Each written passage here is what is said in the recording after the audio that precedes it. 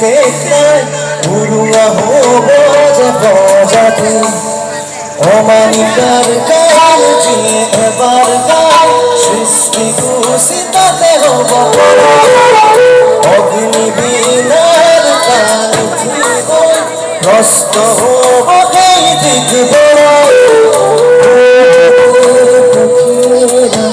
দেহকারা নিমগ্ন ভারত রাজি ইনহেরা